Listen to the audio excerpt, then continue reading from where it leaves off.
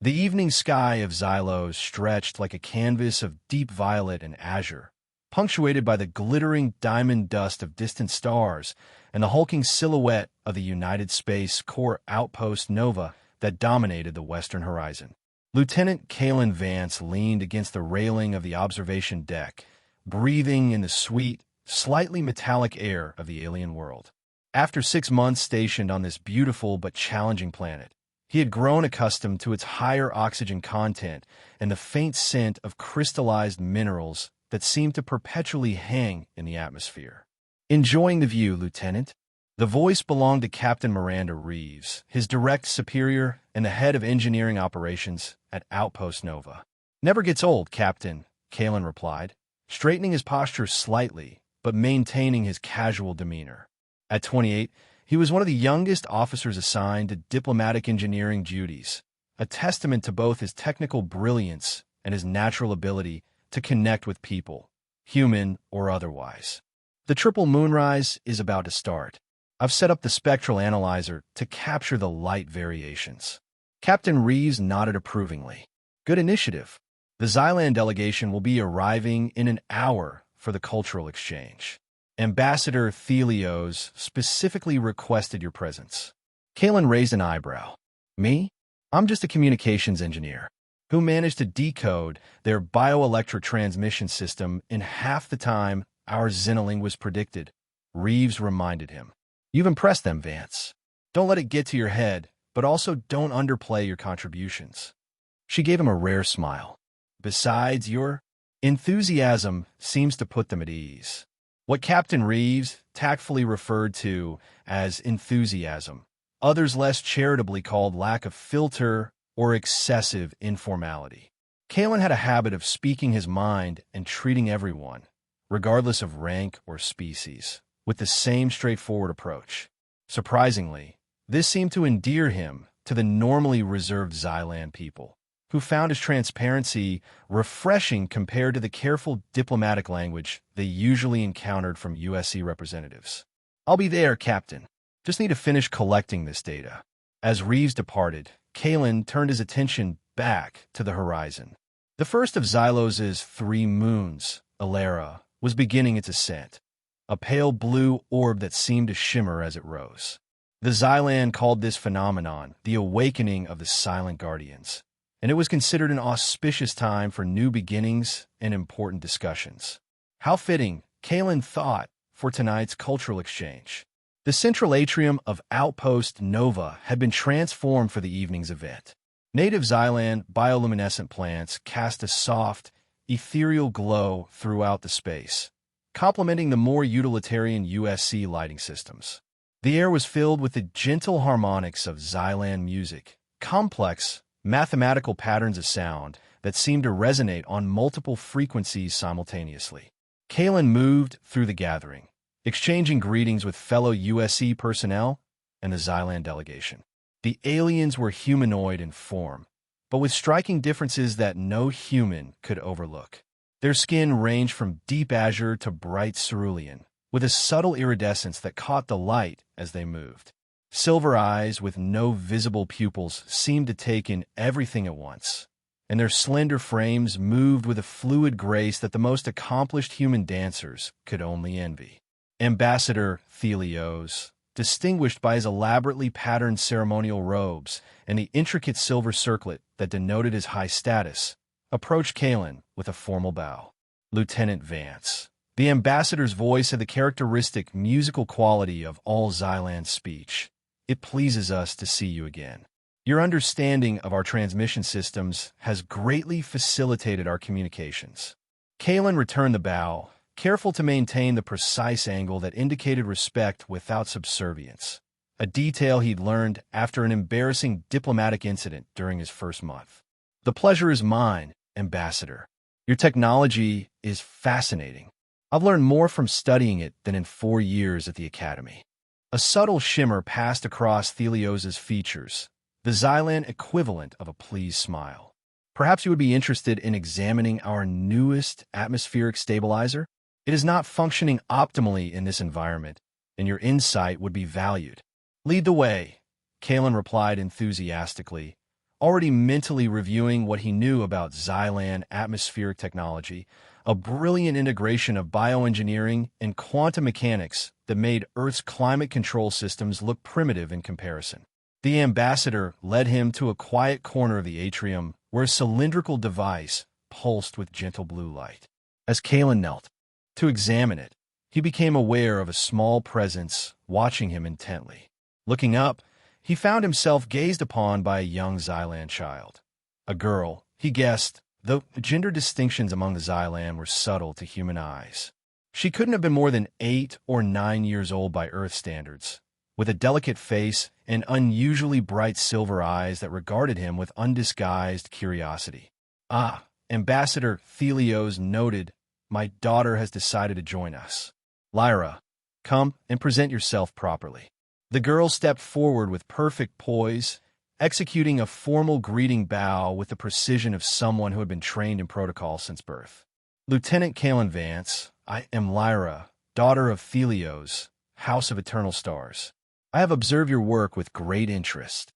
Kalen couldn't help but smile at the formality coming from such a young child. He returned the greeting, adding a playful flourish that wasn't strictly part of the protocol. "It's a pleasure to meet you, Lyra of the House of Eternal Stars. Have you been observing me long?" "Since you arrived on Xylos," she replied matter-of-factly. "Your approach to our technology is unusual. You do not follow expected patterns. It is interesting." Lyra has shown exceptional aptitude for both sciences and cultural studies, her father explained with evident pride. "She has specifically requested to observe humans at work." "Well, I hope I've been educational," Kalen replied, turning his attention back to the atmospheric stabilizer. He quickly identified the issue, a simple matter of recalibrating the device to account for the higher electromagnetic field inside the human outpost, and began making adjustments. Explaining his process allowed for the benefit of both Thelios and the attentive Lyra. The young girl moved closer, her silver eyes wide with fascination. "You understand our technology intuitively, yet you use different methods than our engineers would," she observed. "You are both a warrior and a scholar." Kalen chuckled. "I wouldn't call myself either, really. Just a guy who likes fixing things and occasionally wears a uniform." "In ancient times," Lyra continued as if he hadn't spoken, "our people had a caste of protectors called the Stellar Guardians. They were both defenders and knowledge keepers." Her voice took on a more formal tone, as if reciting from memory. "It was considered the highest honor for a noble family to have their child soul bonded to a stellar guardian." "Soul bonded?" Kalen asked, finalizing the calibration of the device, which now hummed with a more harmonious frequency. Ambassador Thelios made a subtle gesture that Kalen recognized as mild embarrassment. "My daughter refers to our traditional mating customs. The soul bond is our equivalent of what humans would call marriage, though it is considerably more comprehensive. It is a joining of minds, spirits, and destinies," Lyra added solemnly. "When I reach the age of choosing, I shall seek a soul bond with someone who embodies the virtues of the Stellar Guardians." She fixed her silver gaze directly on Kalen. "Someone like you."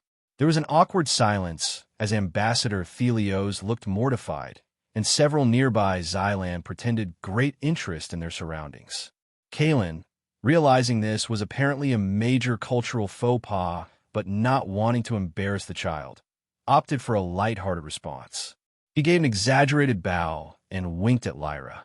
"Well then, little princess, when you grow up into a beautiful Xylan lady, I promise I'll come back and we'll have this soul bond ceremony." He grinned to show he was teasing, adding a playful royal hand gesture to emphasize the jest. To his surprise, rather than taking it as the obvious joke it was, Lyra's eyes widened with genuine delight. A subtle blue-silver glow briefly illuminated her skin, an emotional response that Kalen had never seen in the normally reserved Xylan. "You have spoken the words of promise," she said with unexpected gravity. "I shall hold them in my heart until the time comes." Before Kalen could clarify that he was only joking, they were interrupted by Captain Reeves announcing the commencement of the formal portion of the cultural exchange. As Ambassador Thelios led his daughter away, Kalen saw Lyra turn back to look at him, her silver eyes seeming to capture his image with perfect clarity. He thought briefly about following up to make sure there was no misunderstanding, but the moment passed, and the evening progressed with speeches, demonstrations of technology, and cultural performances. By the time the event concluded, Kalen had forgotten about the brief exchange, considering it just one of many interesting cultural moments during his posting on Xylos.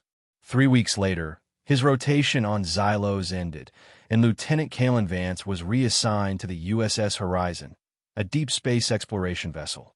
As Outpost, Nova shrank in the viewport of his departure shuttle. His thoughts were already turning to the new challenges ahead, the encounter with the ambassador's solemn little daughter fading into the background of his memories. 14 years passed like stardust through the hourglass of the cosmos. Commander Kalen Vance stood on the command deck of Starbase Artemis, the most advanced United Space Corps installation in the Orion sector. At 42, his once boyish features had matured into the weathered countenance of a veteran officer. A thin scar traced his left jawline, a souvenir from a skirmish in the Zeta Reticuli conflict, and strands of silver had begun to appear at his temples. His reputation as a brilliant technical officer with unorthodox approaches had evolved into something more distinguished, a respected leader known for innovative solutions to seemingly impossible problems. "Commander, the diplomatic delegation from the Allied Worlds Council has arrived," announced Lieutenant Commander Patel, his executive officer. "They're being escorted to the conference room now." Kalen nodded, checking his uniform one last time. This summit was crucial. The first major diplomatic gathering since the Zeta Reticuli conflict had destabilized several key alliances in the sector. Representatives from 12 different species would be present, including, for the first time in nearly a decade, a high-ranking delegation from Xylos. The thought of encountering Xylans again brought a faint smile to his face. His time on that beautiful azure world remained one of his fondest early career memories, despite how his tour had ended with the unsettling destruction of a USC scientific outpost on Xylos' smaller moon, an incident that had strained relations between humans and Xylans for years, until investigations finally cleared both sides of deliberate wrongdoing. "Let's not keep them waiting," Kalen said, following Patel out of the command center. The Grand Conference Room of Starbase Artemis was designed to accommodate diverse physiological needs while projecting an atmosphere of neutrality and respect. The lighting could be adjusted to suit species with varying light sensitivities. The atmospheric composition could be modified in different sections of the room, and the temperature was carefully regulated to ensure comfort for all attendees. Kalen entered and immediately began greeting the delegates, moving from the reptilian draconians to the gaseous Vaporians with practiced ease. His universal translator allowed for seamless communication, though he prided himself on knowing key phrases in most of the delegates' native languages, a personal touch that had served him well throughout his career. As he approached the Xylan delegation, he felt a strange sensation, a subtle shift in the energy of the room, as if the artificial gravity had momentarily fluctuated. The Xylan representatives were seated in the traditional crescent formation that denoted their status as unified but independent voices. They wore the formal indigo robes that signified diplomatic authority, their azure skins seeming to shimmer slightly under the adjusted lighting. The lead delegate rose as Kalen approached, and he found himself looking in his silver eyes that struck a chord of distant memory. "Commander Vance," the Xylan said in a melodious voice that was hauntingly familiar, "it has been 14 cycles of your Earth years since our paths last crossed." Kalen maintained his diplomatic smile, though his mind raced to place this Xylan among his memories of Outpost Nova. The delegate was clearly female, with features that somehow managed to be both delicate and commanding. She carried herself with the unmistakable authority of someone accustomed to power, and the intricate patterns on her ceremonial robes indicated an extremely high status, possibly even royalty or its equivalent in Xylan society. "Forgive me," he said, "but I've met many Xylans during my career, and while you do seem familiar, I am Lyra, daughter of Thelios, House of Eternal Stars," she announced, her silver eyes fixed intently on his face. "You once repaired an atmospheric stabilizer in my presence." The memory clicked into place. The solemn little girl watching him work, the awkward moment when she had spoken of soul bonds, his playful response. Kalen blinked in surprise. This poised, powerful woman before him bore little resemblance to the child he remembered, save for those distinctive silver eyes. "Lyra," he said, genuine warmth entering his voice. "Of course. You've grown up." A subtle shimmer passed across her features. That Xylan expression he now remembered signified pleasure or amusement. "As is the way of all living things," she replied. "I have followed your career with interest, Commander. Your solutions during the Zeta Reticuli conflict were most impressive." "Thank you," Kalen replied, somewhat surprised by this revelation. "I didn't realize my career was of interest to Xylan diplomats." "It is not," she said. "Simply, it is of interest to me." Before he could ask what she meant, the summit's facilitator called for the delegates to take their places. Kalen excused himself and moved to his designated position at the head of the human contingent. Throughout the opening proceedings, he found his attention repeatedly drawn to Lyra, who participated in the discussions with remarkable insight and authority. Her contributions revealed a sophisticated understanding of interstellar politics and a strategic mind that commanded respect from even the most experienced delegates. During a brief recess, Lyra approached him again, this time accompanied by two Xylan attendants who maintained a respectful distance. "Commander Vance, might I have a word in private?" she requested. "Curious," Kalen agreed, and they moved to one of the small consultation rooms adjacent to the main conference hall. Once inside, with the door closed, Lyra's formal diplomatic demeanor subtly shifted. There was still poise and authority in her bearing, but also something more personal, more focused. "I have been waiting for this moment for many cycles," she began. "Do you recall our last interaction on Xylos?" Kalen smiled, feeling somewhat awkward. "I do. You were a very serious little girl with a keen interest in technology." "And do you recall what you said to me?" she pressed, her silver eyes never leaving his face. A vague uneasiness began to form in the pit of his stomach. "I remember we talked about stellar guardians, I think. It was a long time ago." "You promised," Lyra said, her voice taking on a formal cadence that reminded Kalen of ritual speech, "that when I grew into a beautiful Xylan lady, you would return and we would participate in a soul bond ceremony." The memory flashed in Kalen's mind with sudden clarity. His joking bow, the wink, the playful promise he'd made to a child, never imagining she would take it seriously. He felt the blood drain from his face. "Lyra, I was just being kind to a child. It was a joke, a human form of playful interaction. I didn't mean—" "I understand the concept of humor," she interrupted, her tone still measured, but with an undertone of intensity. "However, you must understand that in our culture, words of promise carry weight regardless of the speaker's intent, especially when spoken by a representative of another world to a child of a noble house." Kalen ran a hand through his hair, a gesture of discomfort he had never quite overcome despite years of diplomatic training. "Surely you don't expect me to fulfill a casual remark made to a child 14 years ago."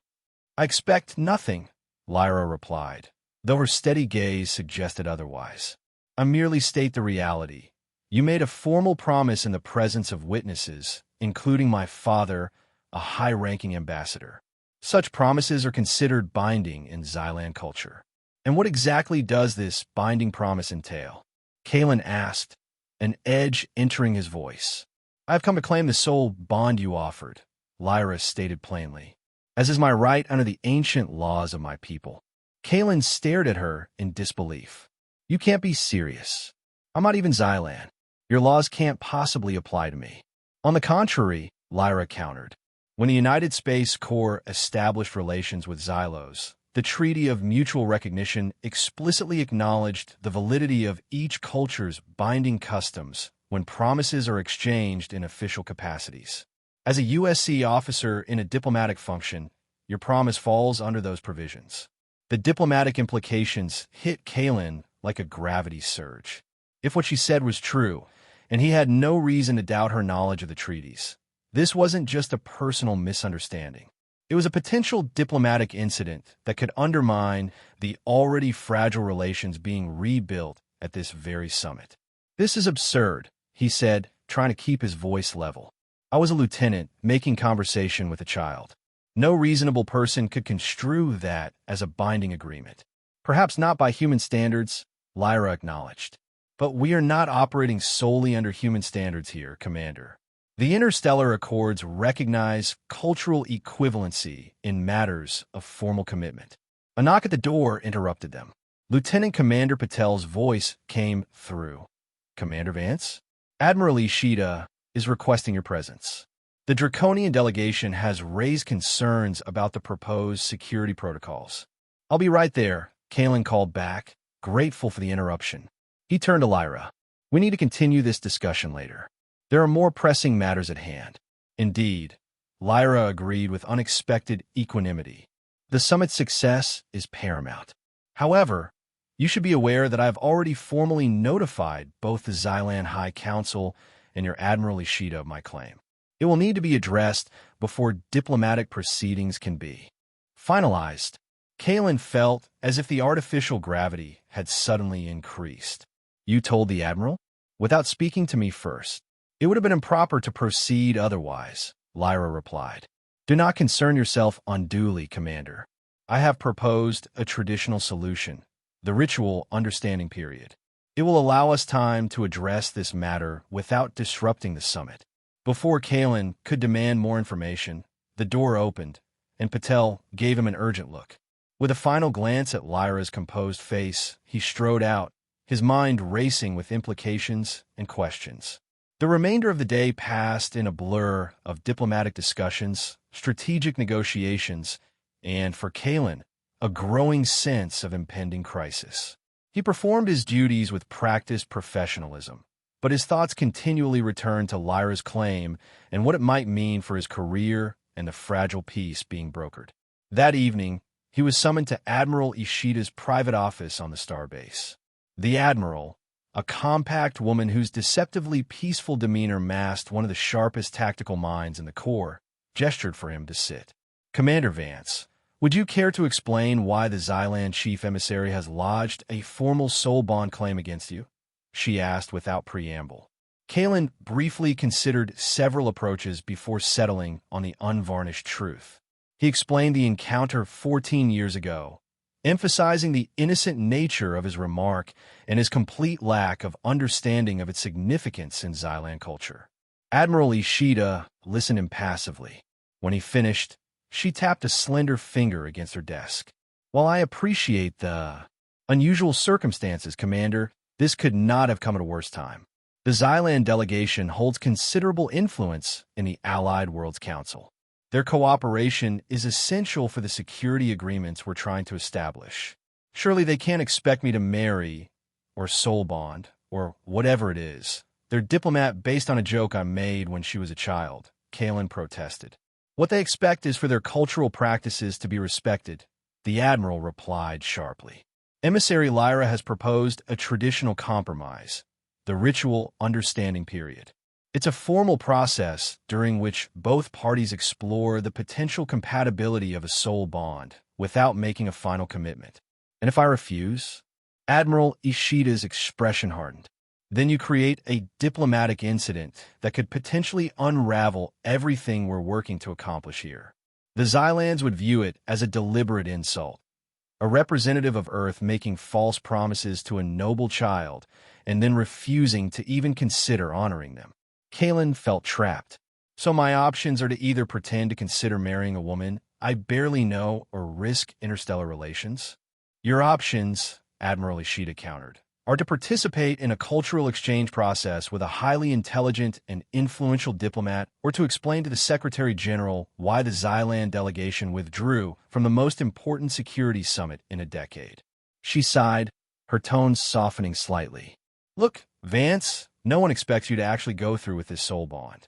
The ritual understanding period typically lasts several weeks, during which both parties can honorably determine they are incompatible. All you need to do is participate in good faith, learn about their customs, and then mutually agree it won't work out. An emissary Lyra has agreed to this outcome. She has agreed to the process, the Admiral replied carefully. Her ultimate expectations are her own affair. But she is a rational diplomat who understands the realities of interspecies relations. Kalen considered his options, limited as they were. How long would this ritual last? Traditionally, one full lunar cycle of Xylos, approximately 40 Earth days, Admiral Ishida said, during which you would both participate in a series of cultural exchanges, shared activities, and formal discussions designed to assess compatibility, all while continuing my regular duties. The ritual would become your primary duty, Commander. The Xylans take this very seriously. You would be temporarily relieved of your standard responsibilities to focus on this diplomatic situation. Kalen recognized the steel beneath the Admiral's seemingly reasonable tone. This wasn't a request. It was an order dressed as a choice. Understand, Admiral, he said finally. I'll participate in this ritual understanding period to the best of my ability. Admiral Ishida nodded, satisfied. The formal acceptance ceremony will take place tomorrow evening. Diplomatic has prepared guidelines on the appropriate protocols. She fixed him with a penetrating stare. This is now a matter of interstellar diplomacy, Commander. Treat it with the gravity it deserves. Yes, Admiral, Kalen replied, rising to leave. And, Vance, she added as he reached the door, perhaps this will serve as a reminder to think before you speak in diplomatic settings. The ritual understanding period began with a formal ceremony that reminded Kalen uncomfortably of a betrothal.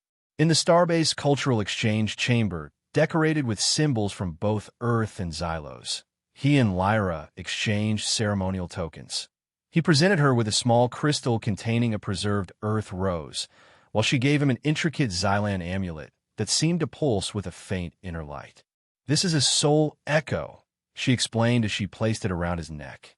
It will attune itself to your life, energy, and help guide our understanding. The amulet felt warm against his skin, and for a brief moment, Kalen could have sworn he felt a whisper of emotion that wasn't his own, a complex mixture of determination, hope, and something deeper he couldn't quite identify. Over the following days, he was introduced to a dizzying array of Xylan customs and rituals. Each morning began with a meditation practice called the Alignment of Inner Stars, during which he and Lyra sat facing each other, the soul echo between them glowing with increasing brightness as the sessions progressed. Afternoons were filled with cultural exchanges, Lyra teaching him about Xylan history, philosophy, and science, while he shared insights about Earth culture and USC operations. To his surprise, Kalen found himself genuinely engaged by these exchanges.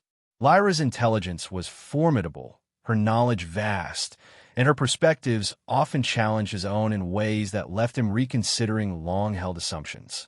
Their discussions about the nature of consciousness and the ethics of interspecies contact were particularly stimulating, sometimes continuing late into the night cycle.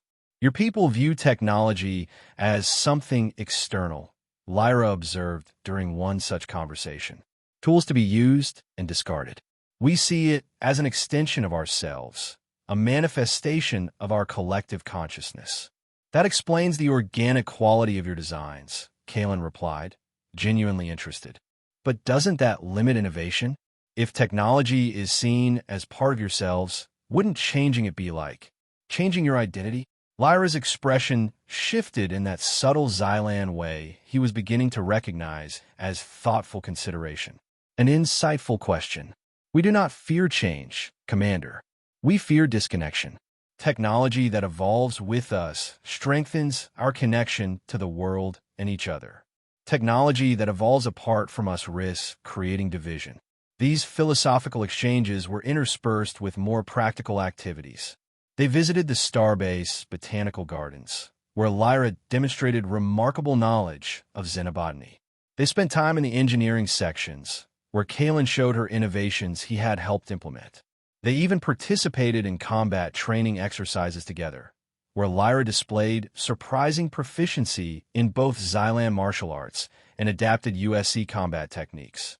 Throughout these interactions, Kalen found himself increasingly drawn to Lyra's presence.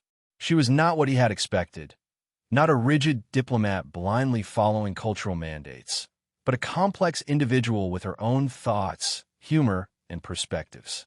Her occasional wry observations about the contradictions in human behavior made him laugh, and her insightful questions about his past missions demonstrated a genuine interest in understanding him.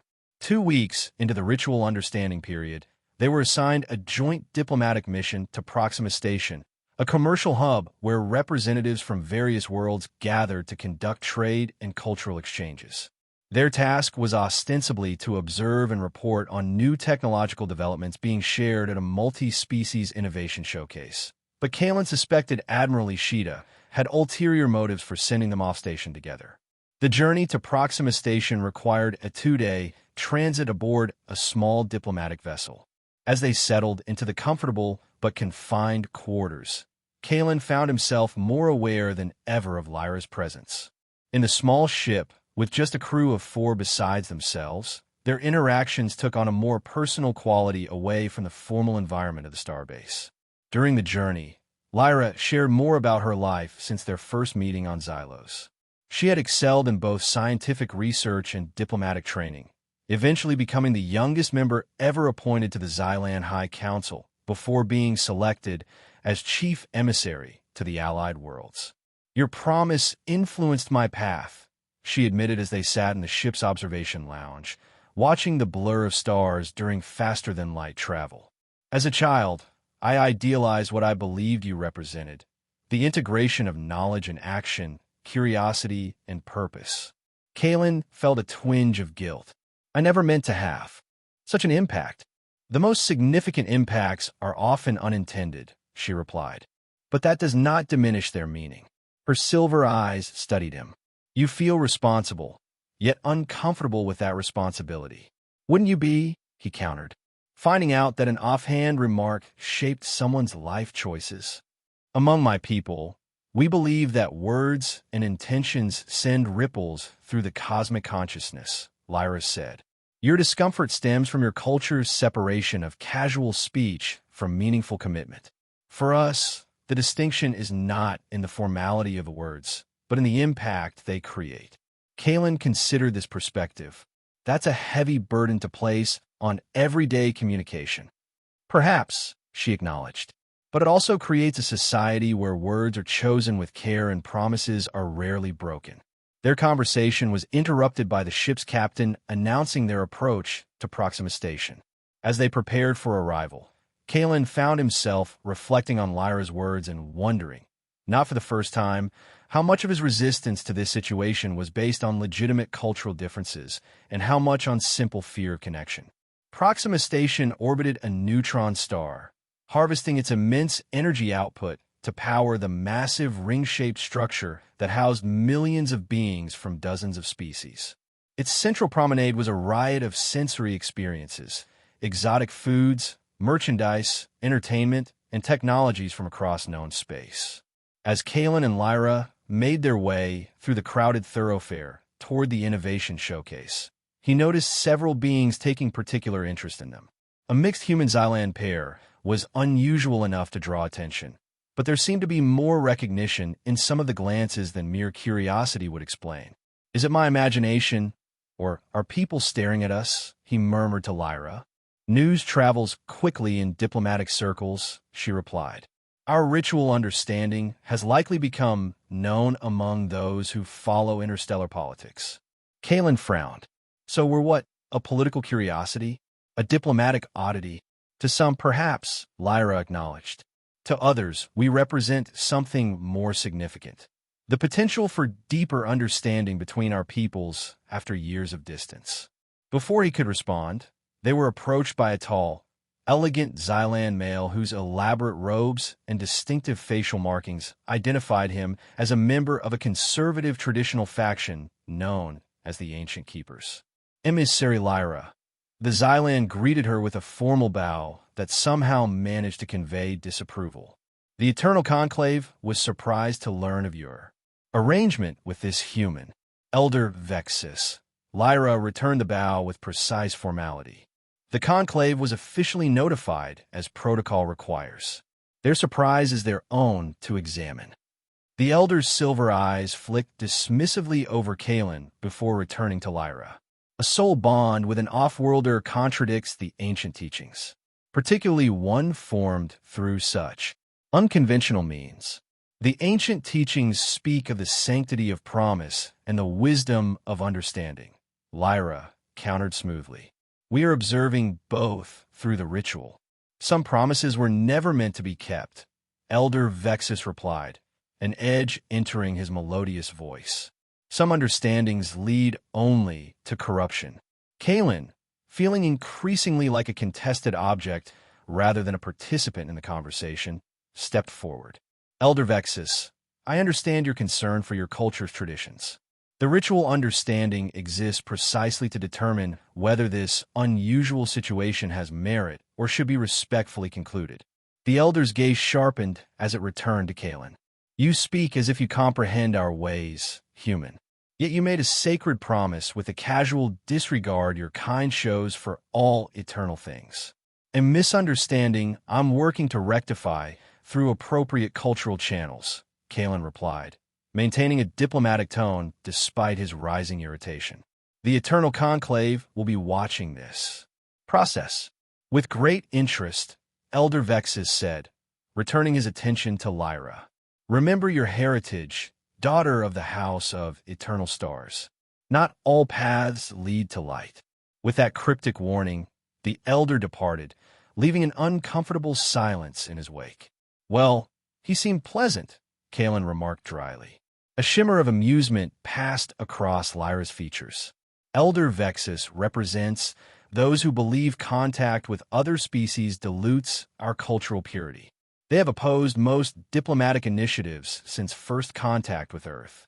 And what do they think of you potentially soul bonding with a human?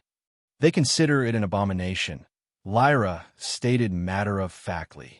A corruption of our sacred traditions and genetic heritage. Kalen winced. That's direct. It is simply their perspective, she replied, one among many in our diverse society. Come, we should proceed to the showcase. As they continued through the promenade, Kalen pondered the encounter. Will this cause problems for you? Politically, I mean, all significant choices carry consequences, Lyra said. I have calculated the potential outcomes and judged this path worth pursuing, even knowing it might alienate powerful factions among your people. Lyra paused, turning to face him directly.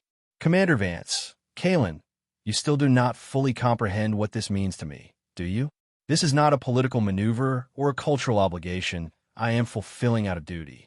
This is the pursuit of a promise that shaped my understanding of possibility. Something in her intensity gave Kalen pause. For the first time, he truly considered that Lyra's actions might be driven by something deeper than diplomatic protocol or cultural mandate, something personal and genuine that he had yet to fully understand. The Innovation Showcase occupied a vast chamber at the heart of Proxima Station.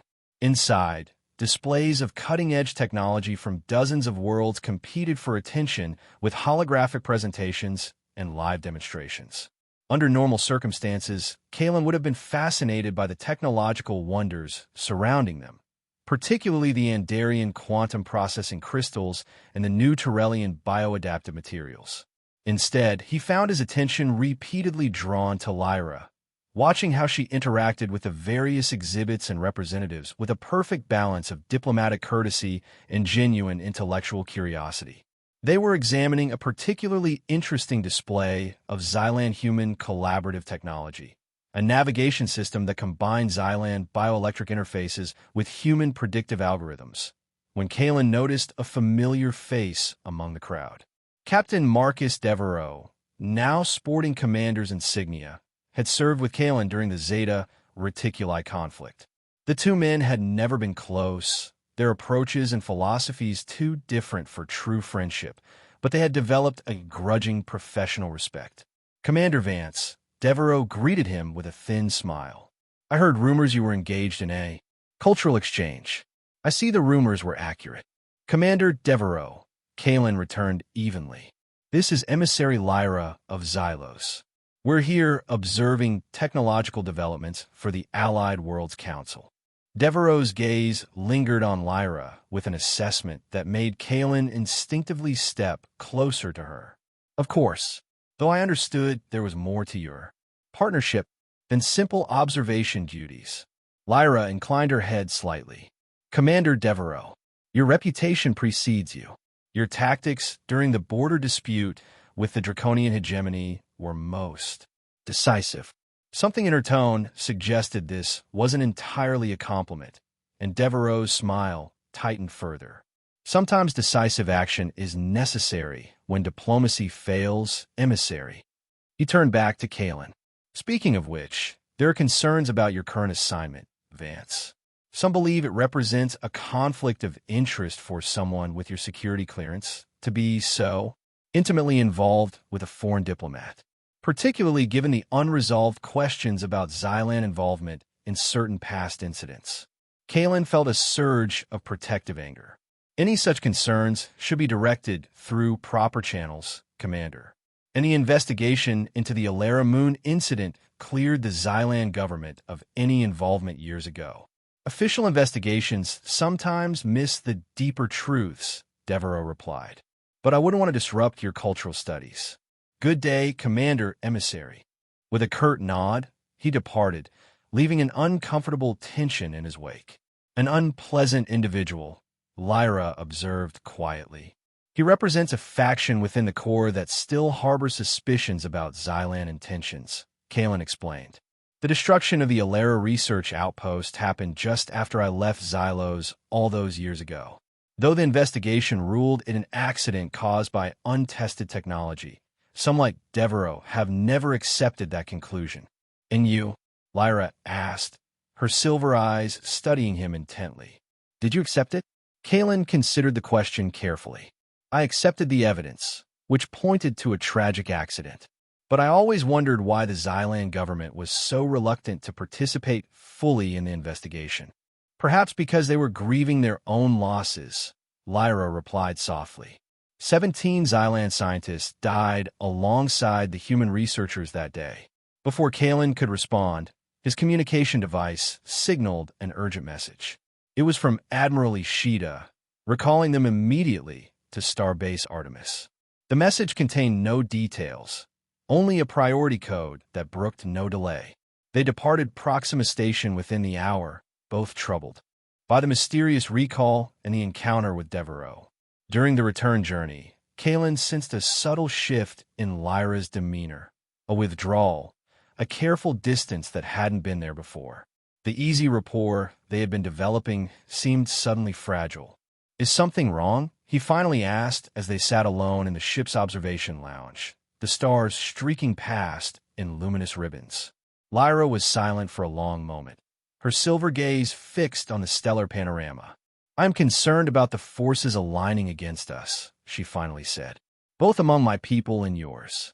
You mean Devereaux and Elder Vexus? They are merely visible representatives of deeper currents, she replied. The ancient keepers have gained significant influence in the Xylan High Council in recent years, advocating for isolation rather than cooperation with other species. And from what I understand of your commander Devereaux, he represents a similar isolationist perspective within your military hierarchy. Kalen frowned. Devereaux is just one officer. His views aren't mainstream in the Corps.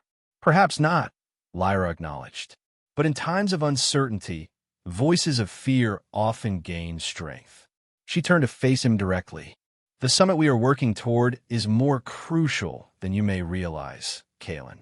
The security agreements being negotiated could determine whether our species move toward greater cooperation or retreat into mutual suspicion for generations to come. And our ritual understanding falls right in the middle of these political tensions, Kalen observed. Indeed, a shimmer of emotion passed across Lyra's features, which is why its success or failure carries implications far beyond our personal circumstances. The realization struck Kalen with unexpected force. Their unusual situation had become a symbolic focal point for the broader relations between their peoples. It was no longer just about navigating a cultural misunderstanding or fulfilling a diplomatic obligation. It had become a test case for whether true understanding between humans and Xylans was possible at all. When they returned to Starbase Artemis, they found it in a state of controlled chaos. Security had been heightened, with armed personnel stationed at key junctions and identity verification protocols increased to maximum levels.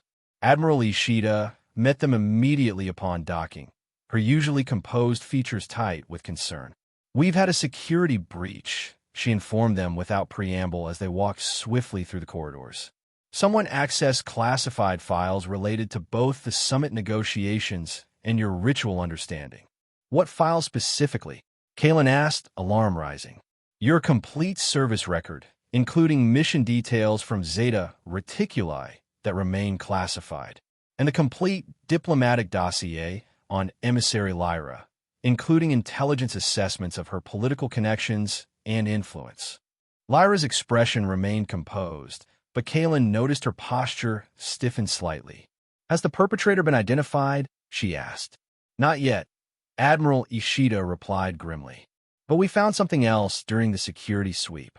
She led them into a secure briefing room, where several security officers stood around a table displaying a small, intricate device that Kalen immediately recognized as Xylan in design. "This was discovered in emissary Lyra's quarters," the Admiral continued. "It's a Xylan surveillance device, according to our Xenotech specialists." All eyes turned to Lyra, whose silver gaze remained steady. "That is indeed a surveillance device of Xylan manufacture," she confirmed.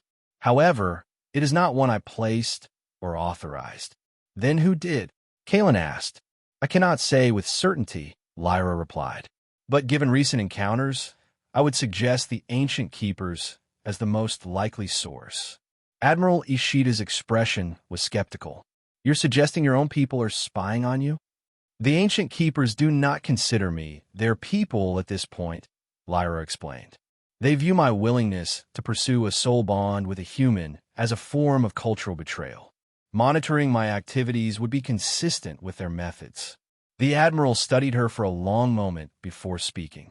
"Until we can verify this theory, I'm afraid I must restrict both your movements within the starbase. For security reasons, you'll be confined to diplomatic quarters when not engaged in official ritual activities, which will now be supervised." "You suspect me?" Lyra asked, her musical voice carrying a note of hurt that Kalen had never heard before. "I suspect everyone when security is compromised," Admiral Ishida replied firmly. "Commander Vance is equally restricted." After the Admiral departed, leaving them under guard in the diplomatic suite, Kalen paced the common area restlessly. "This doesn't make sense. Why would anyone care enough about our ritual to risk a security breach?" "Because we have become symbolic," Lyra said, settling gracefully onto a meditation cushion. "As I feared during our return journey, our potential union represents either the promise of deeper cooperation between our peoples or the threat of corruption and compromise, depending on one's perspective." Kalen stopped pacing and looked at her directly. "And which is it to you, Lyra? A symbol? A diplomatic strategy? Or something else entirely?" The question hung in the air between them, charged with meaning that had been building since their reunion. For the first time since he had known her, Lyra seemed momentarily uncertain, vulnerable in a way that her usual poise concealed. "It began as a child's dream," she finally said, her voice soft but clear. "The storybook notion of a promise kept, a connection faded. As I matured, it became something I rationalized, a diplomatic opportunity, a chance to bridge our worlds." Her silver eyes met his directly. "But the truth that I have come to recognize during our time together is both simpler and more complex. I have developed genuine feelings for you, Kalen Vance.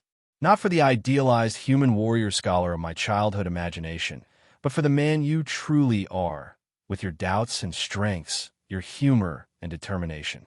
The admission struck Kalen with unexpected force. Throughout the ritual understanding, he had been operating under the assumption that this was primarily a diplomatic exercise for Lyra, a cultural obligation she was bound to fulfill.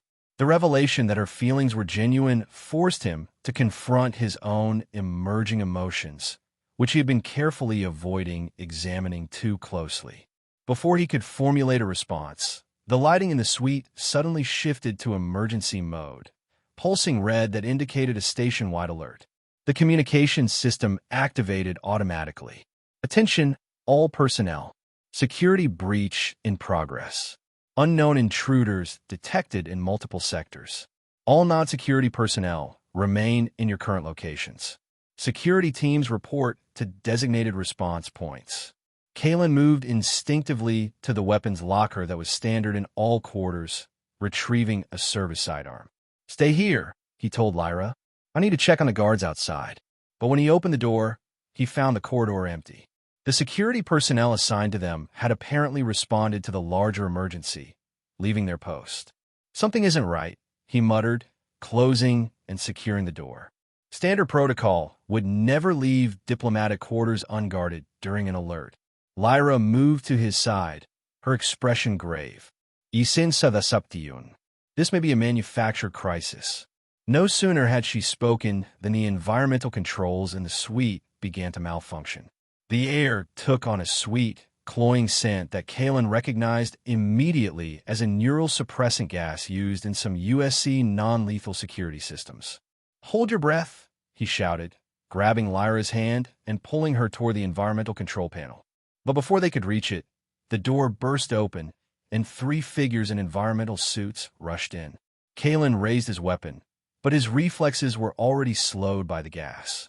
A stun blast caught him in the chest, sending waves of paralyzing energy through his body.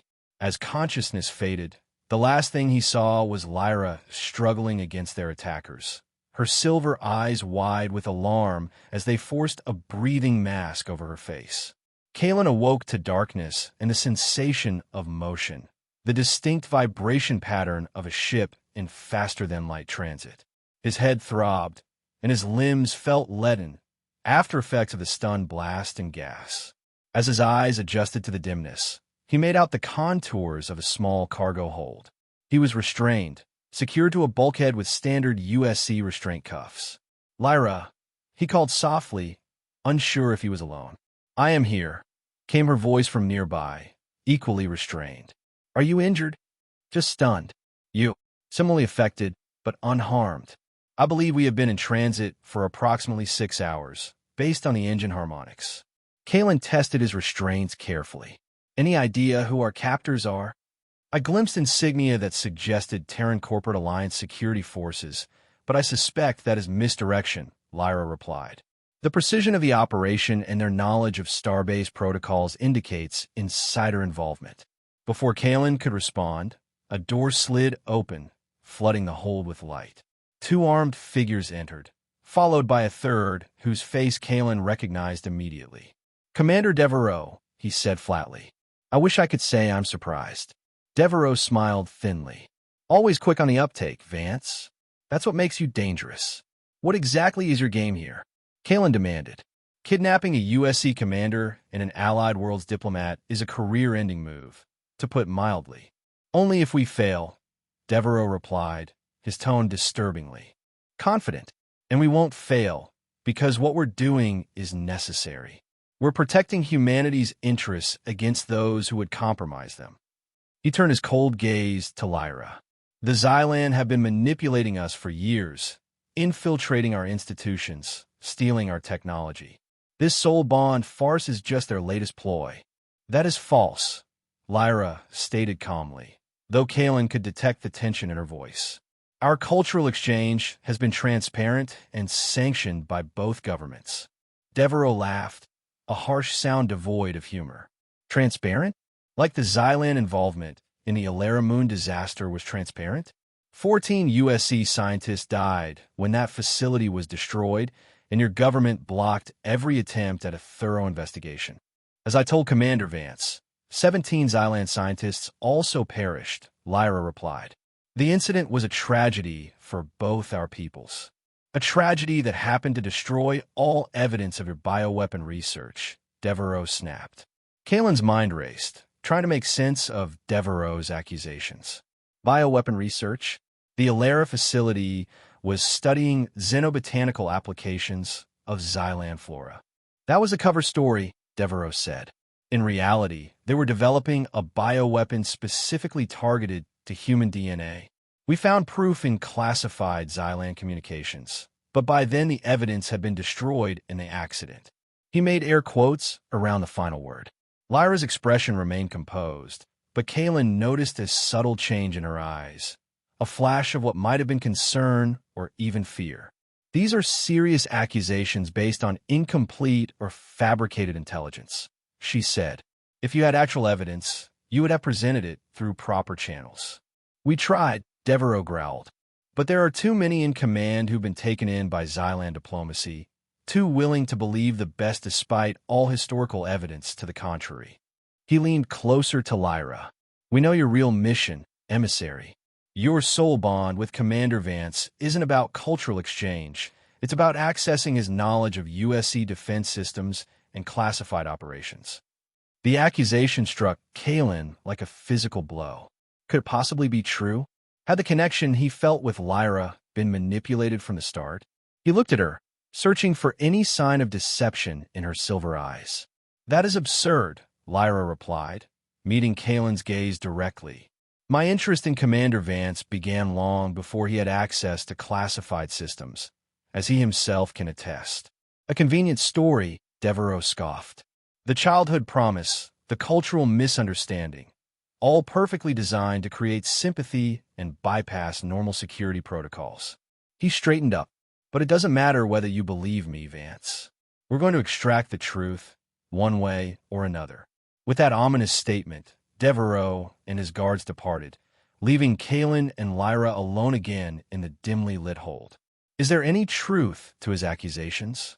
Kalen asked quietly after the door closed. About Alara Moon? About your intentions? Lyra was silent for a long moment. The Alara Moon disaster was exactly what the official investigation concluded, a tragic accident caused by experimental technology, she finally said. But Devereaux is correct that my government restricted access to certain information. Why? Because the research being conducted there was highly classified, not bioweapons, but a collaborative project between our species to develop a defensive shield against a mutual threat. A threat that remains classified at the highest levels in both our governments. What threat? I cannot say more without authorization, Lyra replied.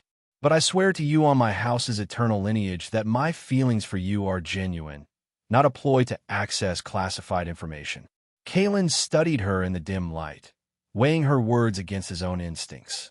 Throughout their time together, he had come to trust both her integrity and his own judgment of character. Despite Devereaux's accusations, he found himself believing her.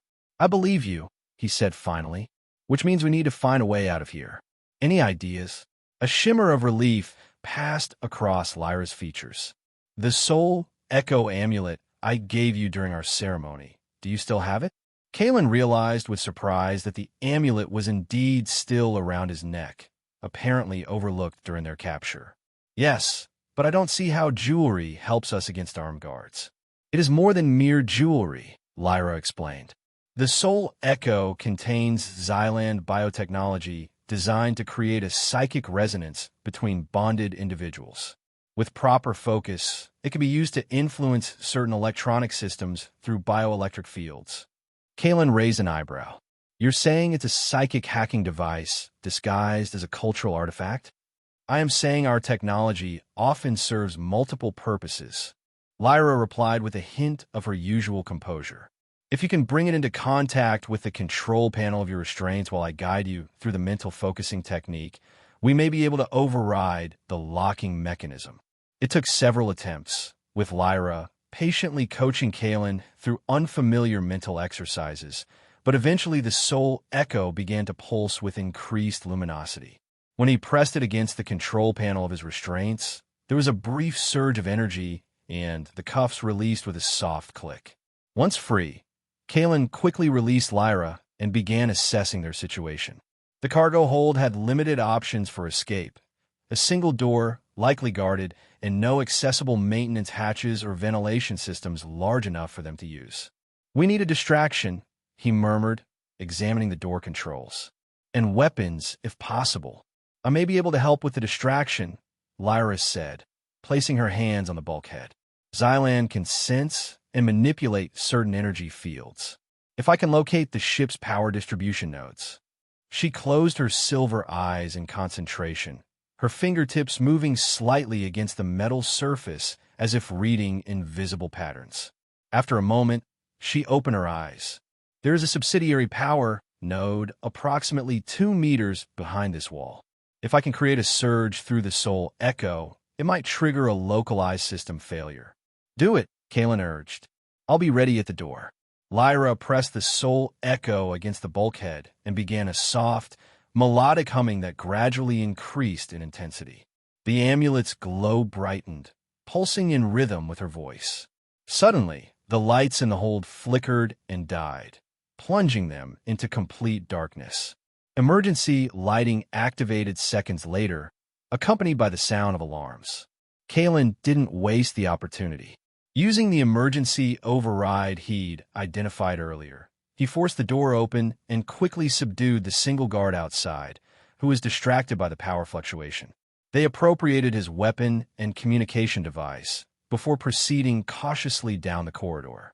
We need to reach a communications array or escape pod, Kalen whispered as they moved through the dimly lit passageways.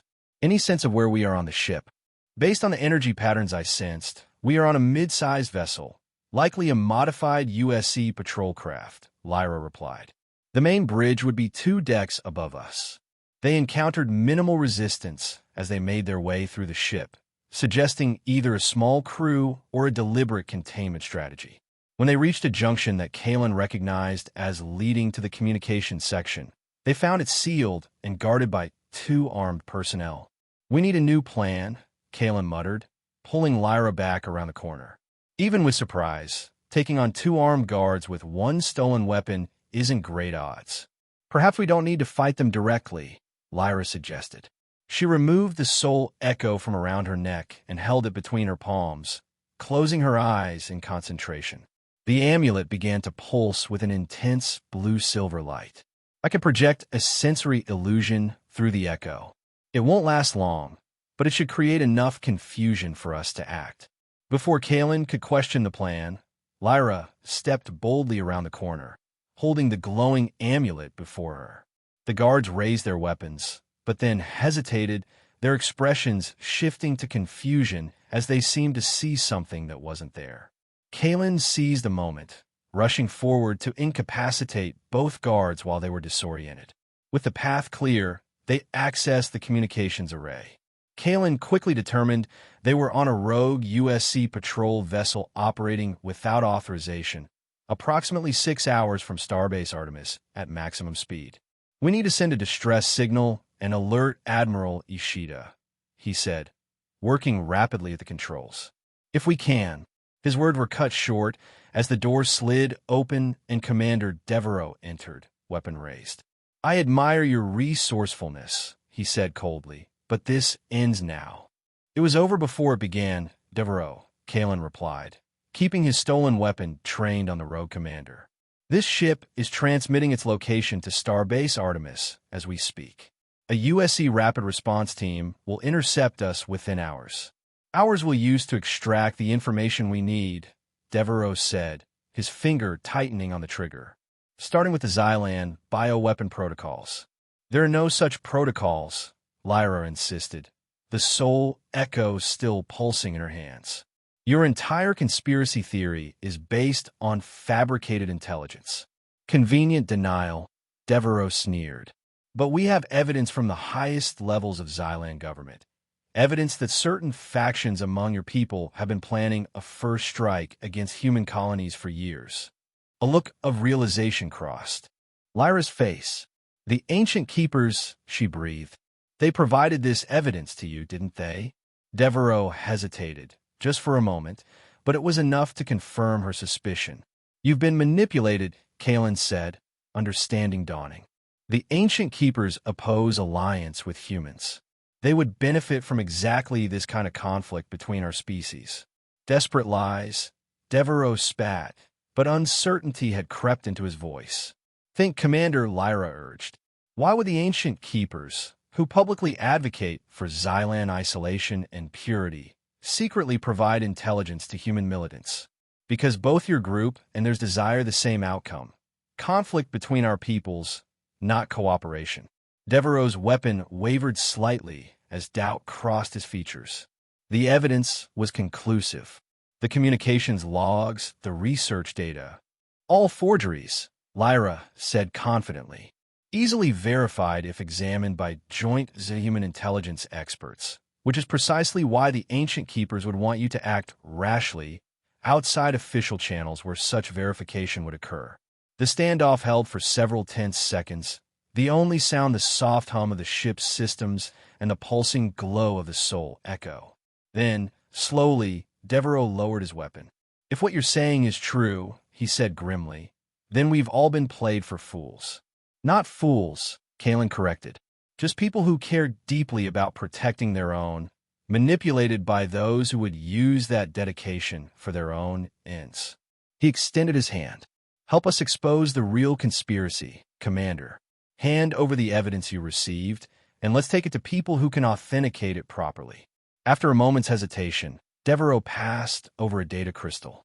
Everything we received is on this. If I've been manipulated as you suggest, then we have a common enemy, Lyra finished. One that threatens both our peoples. The next 12 hours were a blur of activity as USC security forces intercepted the vessel, secured Devereaux and his crew, and transported Kalen and Lyra back to Starbase Artemis. Admiral Ishida, initially skeptical of their explanation, became increasingly concerned as preliminary analysis of the data crystal confirmed Lyra's theory. The evidence of Xylan bioweapon development had been skillfully fabricated, almost certainly by the ancient keepers. The forgery is sophisticated enough that it would have fooled most standard authentication protocols, the intelligence analyst explained during the debriefing. Only a deep-level quantum signature analysis reveals the inconsistencies.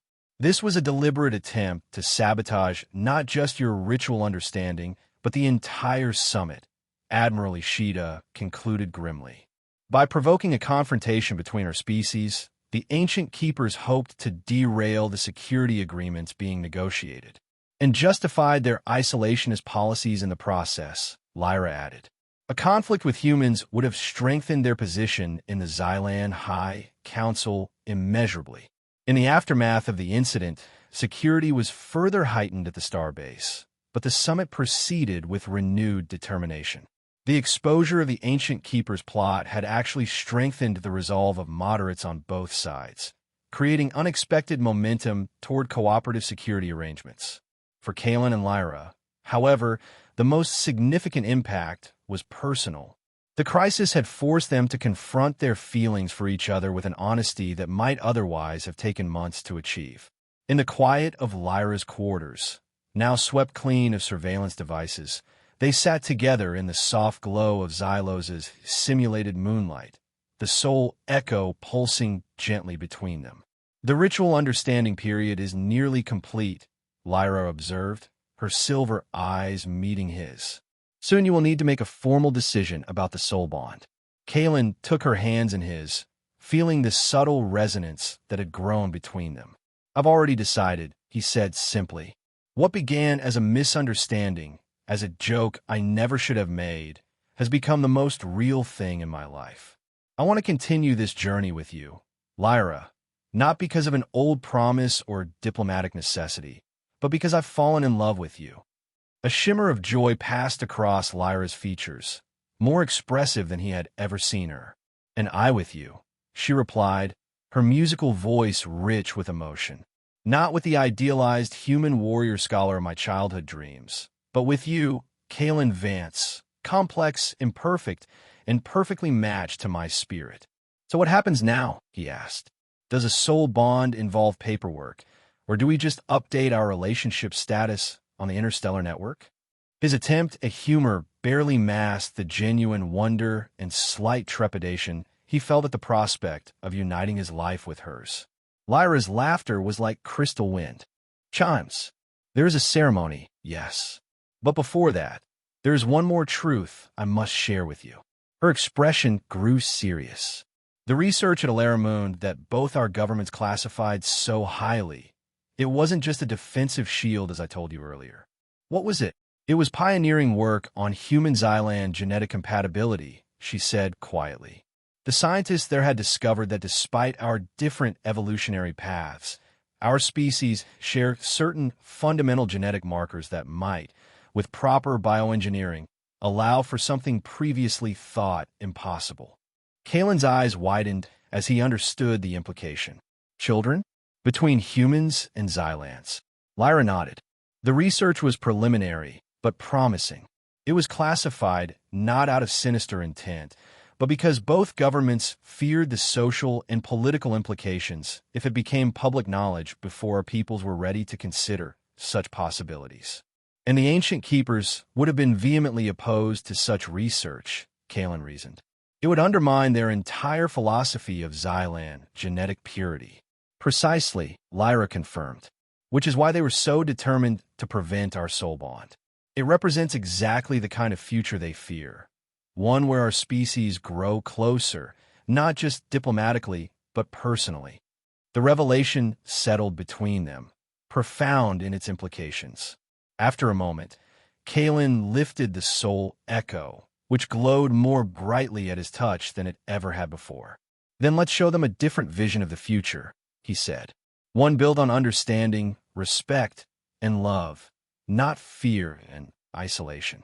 3 weeks later, under the triple moons of Xylos, Kalen, Vance, and Lyra of the House of Eternal Stars participated in a soul bond ceremony unlike any before it. Representatives from both their worlds attended, some with lingering reservations, others with open celebration of the symbolic union. The ceremony combined traditional Xylan rituals with elements of human wedding customs, creating something new that honored both their heritages. As they exchanged the final vows, the soul echo between them pulsed with unprecedented brilliance, bathing the ancient ceremonial grounds in blue-silver light. Those sensitive to such energies later reported feeling a resonance that extended far beyond the two individuals, a harmonizing of complementary frequencies that had once seemed incompatible. In the years that followed, Commander Kalen Vance and Emissary Lyra became influential voices for cooperation between their peoples. Their union both personal testament and political symbol of what was possible. The security summit that had nearly been derailed became the foundation for a new era of collaborative exploration and mutual defense, gradually rendering obsolete the isolationist philosophies of groups like the Ancient Keepers. And 5 years after their soul bond, utilizing the research that had begun on Alara Moon and continued by scientists inspired by their union, Lyra gave birth to a daughter, the first child in known history to carry both human and Xylan genetic heritage. They named her Alara, after the blue moon of Xylos, where both tragedy and hope had once intertwined, and where a joke made to a child had set in motion a destiny neither could have imagined. As they stood together on the observation deck of their home, watching the triple moon rise over the azure landscapes of Xylos with their daughter between them, Kalen turned to Lyra with a smile. I never expected that casual promise to lead us here, he said softly. Lyra's silver eyes shimmered with emotion as she met his gaze. In my culture, we believe that true promises, even those spoken in jest, are whispers of destiny. The universe conspires to fulfill what is meant to be. She reached up to touch his face gently. Some call it fate, others call it random chance. But I prefer to think of it as the universe's way of bringing together souls that belong as one. Alara, with her father's human features softened by her mother's azure complexion and silver-flecked eyes, looked up at them both. Tell me again how you promised to marry Mother when she grew up, she requested, having heard the story countless times but never tiring of it. Kalen laughed, lifting his daughter into his arms. Well, once upon a time, there was a young lieutenant who made a joke to a very serious little alien girl. He had no idea that she would take his words to heart, or that years later, she would return to claim him. The soul echo, still worn by both Kalen and Lyra after all these years, pulsed in harmonious rhythm as the family stood together under the light of the 3 moons, living proof that the most profound connections can begin in the most unexpected ways, and that promises, however made, sometimes reveal the paths our hearts were always meant to follow.